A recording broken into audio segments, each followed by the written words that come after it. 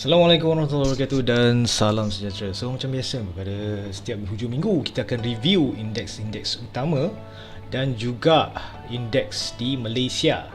Okay, so sebahagian pada market outlook, so kita kena tahu bagaimanakah cuaca, potensi cuaca pada minggu depan. Okay, so kita start dengan indeks Dow Jones di Amerika Syarikat. Kita akan buka carta mingguan. Okay, so daripada carta mingguan ni kita nampak bahawa dia masih lagi berada, okay, dia dah break pada sekitar 35091.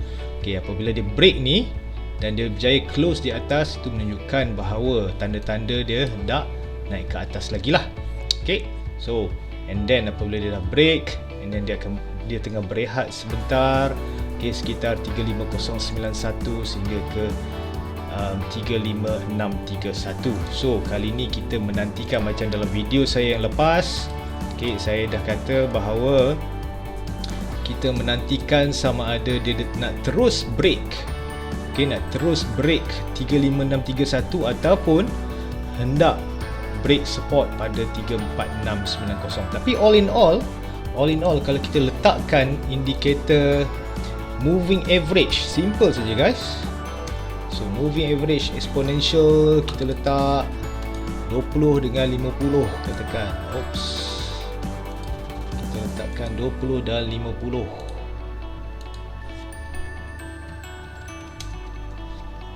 Okey. Cara dia kita masukkan saja moving average ni. Kita letakkan 20 dan 50. So 20 kita tukar color hijau. Okay, dan 50 kita letakkan color merah. So kalau kita lihat pada 20 dengan 50 ini satu tips untuk you all. Okay, 20 dan 50 adalah merupakan, kita boleh panggil sebagai dynamic support dan resistance. So kalau kita lihat di sini, okay, kita lihat di sini untuk carta mingguan ni, apabila dia reach moving average 20 ni, okay, dia dah reach moving average 20 dan dia telah membuat satu reversal candlestick. Okay, so kita boleh jangkakan macam tu jugalah, macam ni. Apabila sekiranya dia reach moving average 50, okay, kalau dia buat reversal candlestick, bermaksud itulah yang dipanggil sebagai rebound.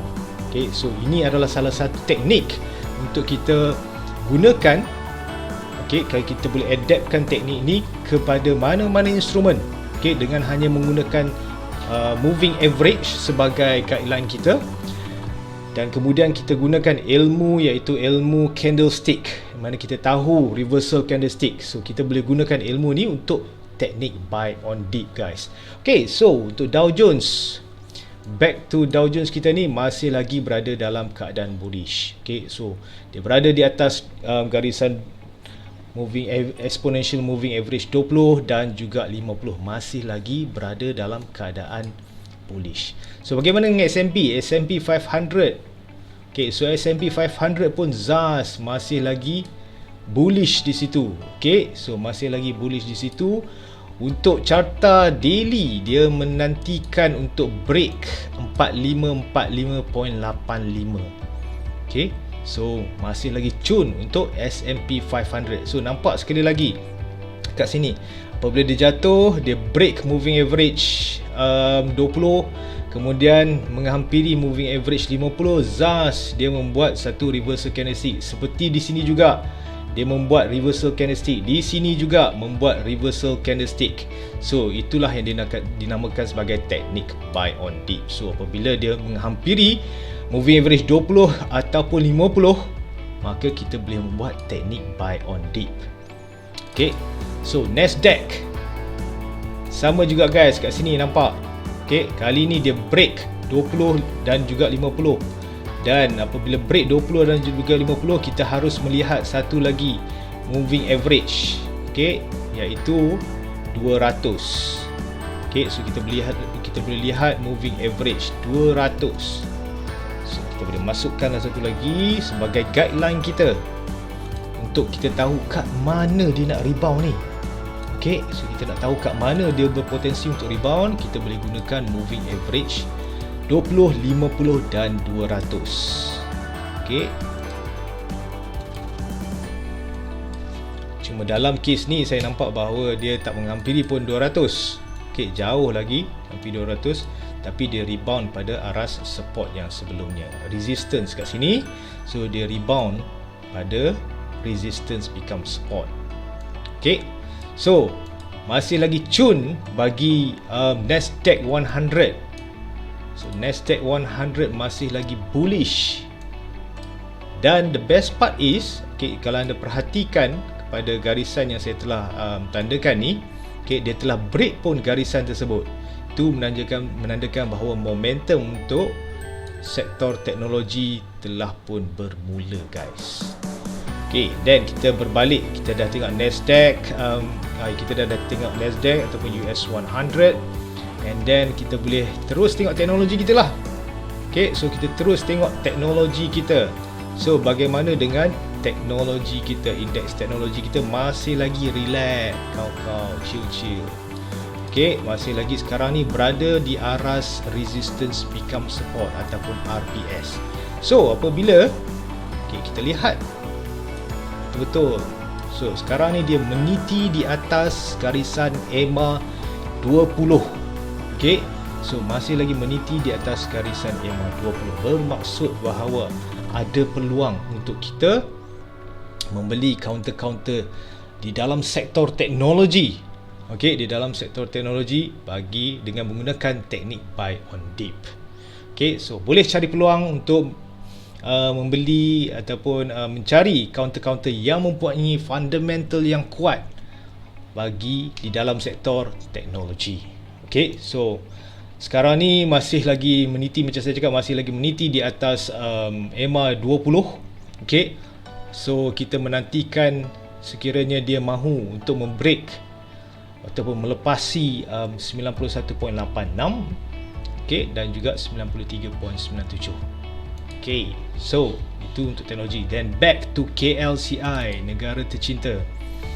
Okay, KLCI jika kita lihat kat sini, dia telah pun membuat apa yang kita panggil sebagai golden cross. So inilah yang kita panggil sebagai golden cross. Di mana apabila berlakunya golden cross ini adalah merupakan satu signal reversal, yang berpandukan kepada EMA, di mana EMA 20 di sini bersilang dengan EMA 50, telah berlakunya golden cross. Dan apabila berlakunya golden cross ni, kita harus menantikan confirmation. So confirmationnya adalah apabila dia mula break the previous resistance. So kalau kita tengok sini zigzag yang saya telah tandakan, so dia telah break resistance di sini, sekitar 1532, itu adalah satu. Dan sekarang ni dalam usaha untuk break 1599 ataupun 1600. Sekiranya dia berjaya break 1600 tu, bermaksud KLCI akan berada dalam mid-term bullish. So sekarang ni dia masih lagi berada dalam short term bullish. So kita menantikan dia untuk membuat another confirmation. Satu lagi confirmation, sama ada dia betul-betul terus nak bullish naik ke atas ZAS ataupun hanya sekadar sementara sahaja. So itu adalah untuk KLCI. Namun apa yang saya dapat lihat bahawa keadaan dengan pembukaan ekonomi sekarang ni, keadaan agak positif di situ. Dan kalau anda refer balik kepada pembelian counter sekarang ni, kalau kita tengok, banyak syarikat-syarikat luar ataupun foreign investors telah mula untuk masuk ke dalam Malaysia dan membeli saham-saham syarikat Malaysia yang sekarang ni kebanyakannya berada di aras bawah, undervalued, dan tapi mempunyai fundamental yang kukuh. So itulah yang kita hendak lakukan kepada begitu juga. Maksudnya kita nak ikutlah. Maksudnya apabila foreign fund mula membeli, maka kita turut mengikut untuk memastikan bahawa kita membeli counter-counter yang berpotensi mempunyai fundamental yang kukuh. Okay, itu KLCI. So KLCI sekarang ni akan mencuba untuk melepasi 1600. Okay, so first of all dia akan mencuba untuk 1600, kemudian sekiranya dia lepas dia akan mencuba 1641. Okay, so kalau zigzag tu kita boleh tandakan, okay, daripada sini, okay, naik sini, oops, lari sikit, zas naik ke atas, dan sekarang berkemungkinan membuat apa yang dipanggil sebagai dia tengah mencarilah support dekat mana. So ada kemungkinan dia akan datang mencuba untuk mencari garisan EMA 200 ni, ataupun EMA 20 ataupun EMA 50 di sini. Okey, itu adalah sebagai, kita panggil sebagai dynamic support bagi KLCI sekarang ini. Okey, so itu KLCI. Nampak cun di situ seperti yang saya katakan dalam video saya minggu lepas. Okey, dan kita tengok kepada small cap. Small cap pun Zaz setelah membuat corak double bottom. So ini adalah ilmu yang dipanggil sebagai chart pattern. Okay, so dia telah membuat double bottom di sini dan telah berjaya break neckline. Maka sekarang ni insya-Allah dia akan menuju ke 16559. Itu untuk small cap. Manakala ACE, adakah dia masih lagi berada di bawah? Masih lagi berada di bawah, guys. So peluang tu masih ada untuk kita bagi mengutip ataupun mencari counter-counter ACE market, okay, yang masih lagi berada di bawah. Tapi kena ingat, okay, not necessarily kita beli hari ini besok akan Zaz terus terbang. Okay, ini adalah merupakan strategi buy on dip, di mana strategi buy on dip ni memerlukan kesabaran. Okay, tetapi kita telah minimizekan risiko kita. Okay, so kita buy low, sell high, buy high, sell higher. Buy high, sell higher itu adalah untuk momentum trading, di mana kita mencari counter-counter yang momentum dia tengah naik, okay, tengah kuat untuk naik ke atas. Okay, so ACE market masih lagi berada di atas, di dalam zone support kita. Okay, zone resistance become support kita. So kita masih lagi menunggu untuk counter-counter ACE ini untuk break aras 7477. Okay, jika kita lihat sebelum ni dia dah ada apa yang dipanggil sebagai bullish divergence. So masih lagi menantikan kenaikan bagi counter-counter ACE market. Okay, teknologi kita dah tengok. Finance, adakah masih lagi bullish? Yes. So kalau anda perhatikan tadi, corak ataupun di antara finance, sektor finance dan juga KLCI adalah lebih kurang. Dia naik, pump, zaks turun, and then dia kembali rebound.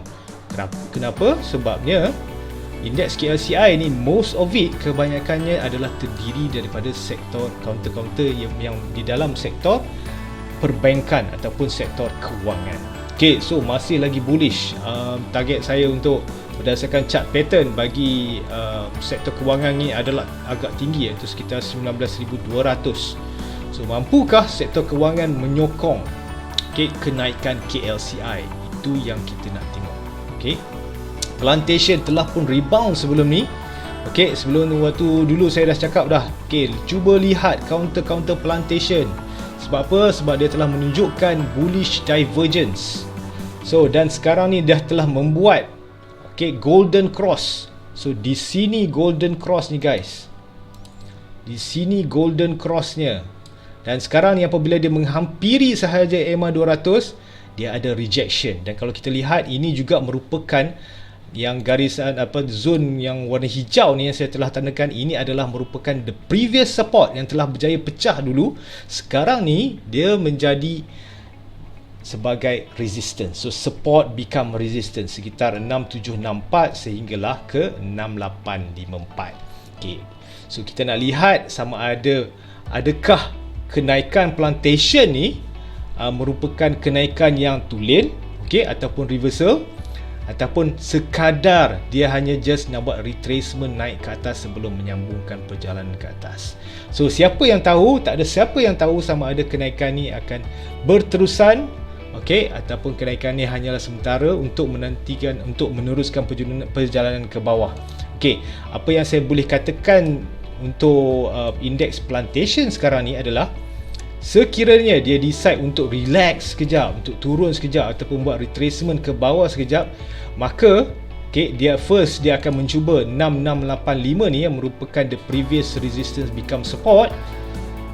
Ataupun sekiranya dia lepas kat sini, dia akan datang mencuba kembali test di previous yang ni, kawasan hijau ni, sekitar 6499, 6500 lah. Zone di antara di dalam zone 6500. So dia nak try kat sini dulu, and then barulah dia akan naik ke atas. So kita lihat untuk counter plantation ni. And then REITs, adakah masih lagi berada di bawah? REITs masih lagi relax di situ. Dia sekarang ni berada dekat kawasan, so ini adalah merupakan kita tukar lah sekarang ni, merupakan kawasan resistance zone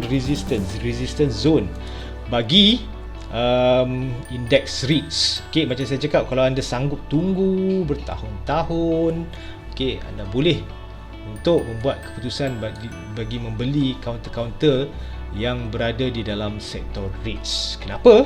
Sebab sektor REITs ni sekarang ni berada dekat zone yang paling bawah. So kalau kita lihat pada carta mingguan, sepanjang hayat indeks REITs ni, dia yang berada paling di bawah sekali, all time low. So itu adalah indeks REITs sekarang ni. So then kita lihat pula kepada properties dengan construction, adakah masih lagi menyambung kenaikan dia?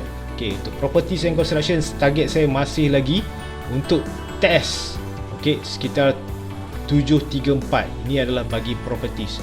So kita nampak gaya insyaAllah dia akan sampai 734. Kalau kita lihat pada carta mingguan, ada kemungkinan untuk membuat corak yang dipanggil sebagai evening star. Selagi mana harga berada di atas zon kuning ni, masuk lagi, bermaksud dia masih lagi ada berpotensi. Ada kemungkinan juga dia akan datang untuk retest apa? Retest garisan di mana dia dah break. So ada kemungkinan dia akan datang retest garisan downtrend line ni sebelum naik untuk menuju ke atas 734.38 dan juga 749. Namun masih lagi cantik saya nampak bagi indeks properties. Masih lagi cantik di situ. Adakah construction masih sama? Mengikut properties, construction lebih kuat guys. Construction lebih kuat di sini. Di mana dia telah, apabila dia jatuh, dia menolak naik ke atas. Dan kalau kita tengok, lihat pada daily chart, dia telah break resistance di sini. So dia telah break resistance pada 169.67. So sekarang ni dia akan mencuba untuk break barisan EMA 200 ini, dan sekiranya dia membuat golden cross, itu paling cun lah tuan. So basically kita menantikan wujudnya kehadiran golden cross. So kalau kita tengok pada carta 1 jam ni, dah ada golden cross dah pun.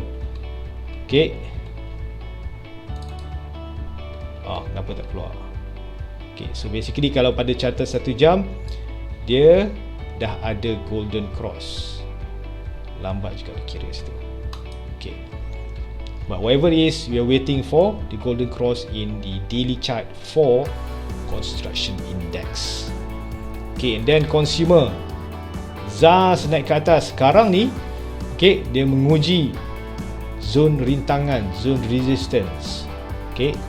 Cun di situ. So kita nak lihat dia melepasi 621.04. Untuk lagi cun. Golden cross kat sini pun telah berlaku. So kita menantikan dia untuk melepasi 621.04 untuk consumer.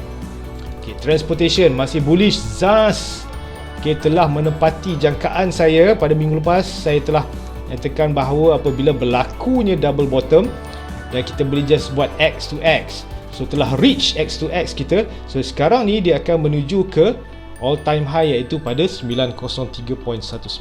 So kalau kita lihat balik apa yang berlaku pada minggu lepas, di mana counter-counter yang daripada syarikat-syarikat perkapalan mengungguli sektor transportation ni. Kenapa? Apa yang berlaku? Macam mana kita nak kaitkan dengan sektor ni adalah, kalau anda lihat, jika anda berada di dalam sektor industri, di mana kalau anda nak dapat barang sekarang ni pun, untuk nak book kapal memang agak susah. Okey, terdapat kalau anda baca di dalam berita di China sebagai contohnya. Okey, di China sekarang ni kalau kita nak keluarkan barang melalui port dia orang memang kena beratur. Okey, kenapa? Sebab apabila ekonomi dibuka, maka terdapat banyak backlog, order-order lama yang kilang-kilang ni dapat, dia orang terpaksa produce. Okey, dan bila dah produce, alamak, kapal pula nak hantar barang ni pula tak ada. Okey, so apabila kapal tu tak ada, maka harga untuk anda bayar untuk membawa barang anda naik kapal tu meningkat. Ini adalah supply and demand bagi di dalam sektor perkapalan. Okey, so transportation. Okey, dah tahu syarikat-syarikat perkapalan ni akan mula ataupun mengenakan charge-charge tinggi untuk anda menghantar barang melalui sea freight, okey, melalui laut, pengangkutan laut, maka insya-Allah dia akan naik ke atas. Okey, healthcare. Healthcare masih lagi relax di sini. Kita menantikan dia untuk break. Okey, first dia dah sedang menguji garisan downtrend line ini. Okey, kita masih, lepas tu kita akan menantikan dia untuk break di neckline ataupun break support. Break support ni lah yang susah sikit tuan.